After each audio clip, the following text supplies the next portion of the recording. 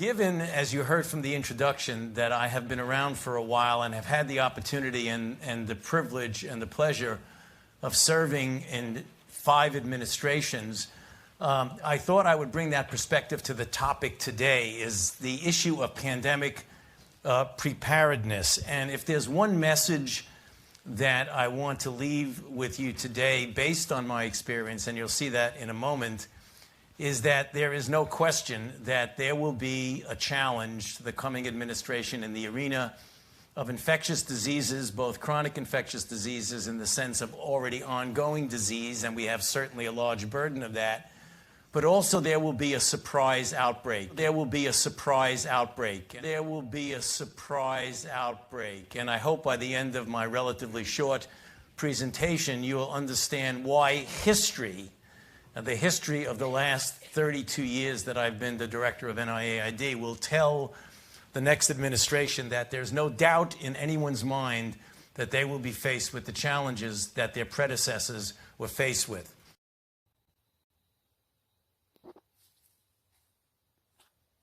Okay, now, some of you guys might not know about this, and this video might get me my first warning strike, but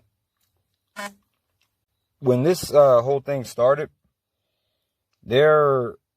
somebody had the most genius idea to go around in FILM HOSPITALS, right? Because, you know, the news was telling us that there are all of these lines out the door and there are all this stuff. So people started going down to they're called independent journalists and citizen journalists, which a lot of you out there who just trust mainstream media, you don't know anything about that. You'll trust somebody who doesn't live in that city for some weird reason. You'll trust some person on the news who's handing a script before you'll trust somebody who's sitting right there on the sidewalk in the city that they're telling you about with a camera showing you that they're lying. But, you know, you get down like that. It's called mass hypnosis or psychosis or insanity, if you ask me. Well, there's that trend going on called hashtag FILMYOURHOSPITAL. And when it first came out, I found a lot of videos on Facebook and stuff. And then, you know, Facebook is a part of the beast too. And they say, oh, this misinformation. I don't know how somebody going down to their local hospital and filming that nobody's in the tents and whatever is somehow misinformation. But Facebook's algorithms somehow detected that, right? And I want you to read this too, because I don't want to say certain things. Look at this right here. Now they got nurses, doctors, all these people who are like, there was this one German doctor, right? And she was explaining how the things that people put on their faces, I call them the things, were horrible for children and they should not be wearing them, period. But this is what the lady said. But I went to go find it again, this article, and of course, I couldn't find the article, but I could find a bunch of mainstream articles talking about how that article was misinformation. And then when you look at all the articles trying to degrade the so-called conspiracy theories, you'll see that it all comes from the major cousin networks that I showed you guys on the satanic media chart thing, or the take that I was doing, and I had the chart and I was showing you guys. It's always one of them.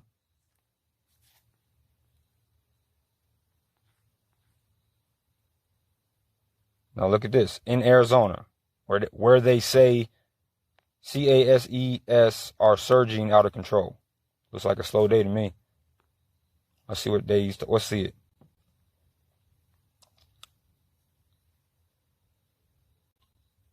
Oh, you got to going to get some tacos right now. Look, this is the outpatient. It's been a slow day.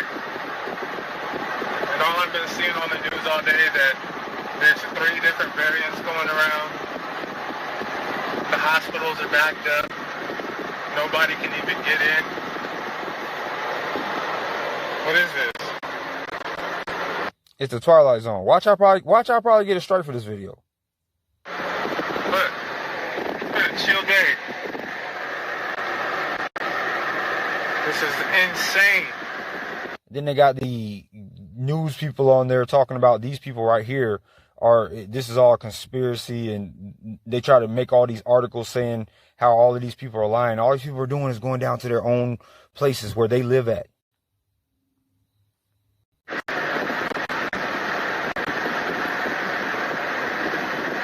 Beyond insane. You people better wake up. Not the people who are with me, but I'm saying. I'm just going to use that one as an example and let you go search all the rest of them. Because if I play all of these and go all into depth and everything like that, you're going to be like, it's more of a possibility of this video getting taken down. But I want you to Twitter that or just Google that or whatever. And some people are like, oh, this is one idiot talking about how I'm still using Google. I think I told y'all that. The reason why I do that, well, I ain't got to explain to it. I forget it. I already explained to y'all. To show you that these are the tools they use. And sometimes they are telling you the truth. But just about, 100% of the time, when it comes to something they don't want you to know about, or Big Brother don't want you to know about, they lie. But because they give all this truth, like the people, like I said again, about their shell boyfriends and all that other stuff they can check out, you can check out, and it is verified, they automatically believe everything else that comes from this, that comes from Winky or Facebook or wherever it comes from. But that's the hashtag. And I want you guys to search that.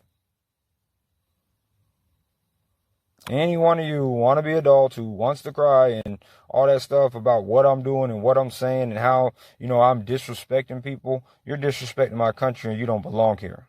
So how about you just take your monkey ass over across the border or take your monkey ass somewhere where they will do protect you and keep you safe and do everything that they got to do or they claim they got to do to keep you safe and get the hell out of America.